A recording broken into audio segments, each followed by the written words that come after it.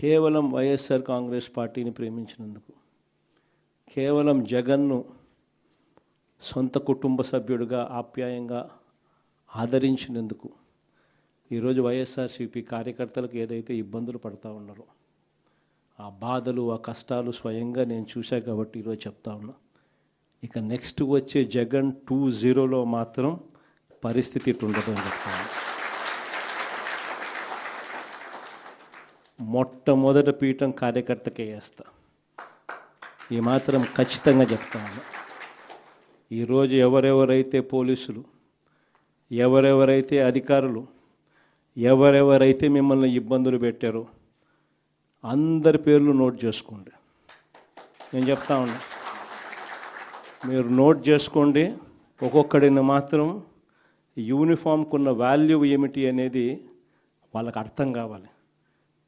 Uniform అంటే ప్రజలకు మేలు చేయడం కోసం యూనిఫామ్, అంతేగాని అధికారంలో ఉన్న వాళ్ళ కోసం సలాములు కొడుతూ గులాంగిరి చేస్తూ ఇటువంటి చిత్రహింసలు పెట్టే కార్యక్రమం ఈరోజు అయితే ఏదైతే జరుగుతూ ఉందో దీనికి తెర పడాలి అని అంటే ఏదైతే నువ్వు విత్తినావో అది ఎలా పండుతుంది అనేది నీకు తెలిస్తేనే ఇంకొకసారి నువ్వు ఆ విత్తనం విత్తడానికి నువ్వు భయపడే పరిస్థితిలోకి నువ్వు వచ్చినప్పుడే ఇది జరుగుతుంది.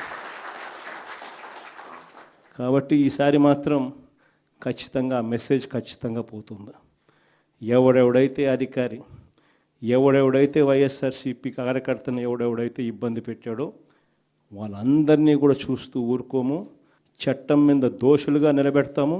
ఒకవేళ వాళ్ళు రిటైర్ అయిపోయి వెళ్ళిపోయినా, లేకపోతే వాళ్ళు దేశం విడిచిపెట్టిపోయినా కూడా ఎవరిని వదిలిపెట్టం.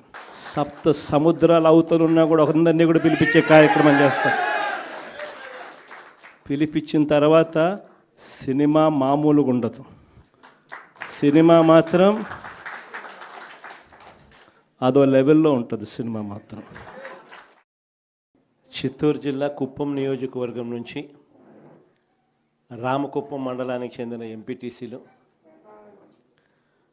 సత్యసాయి జిల్లా పెనుగొండ నియోజకవర్గం నుంచి రొద్దం మండలానికి చెందిన ఎంపీటీసీలు, మడకశిర నియోజకవర్గం మడకశిర మున్సిపాలిటీకి సంబంధించిన కౌన్సిలర్లు,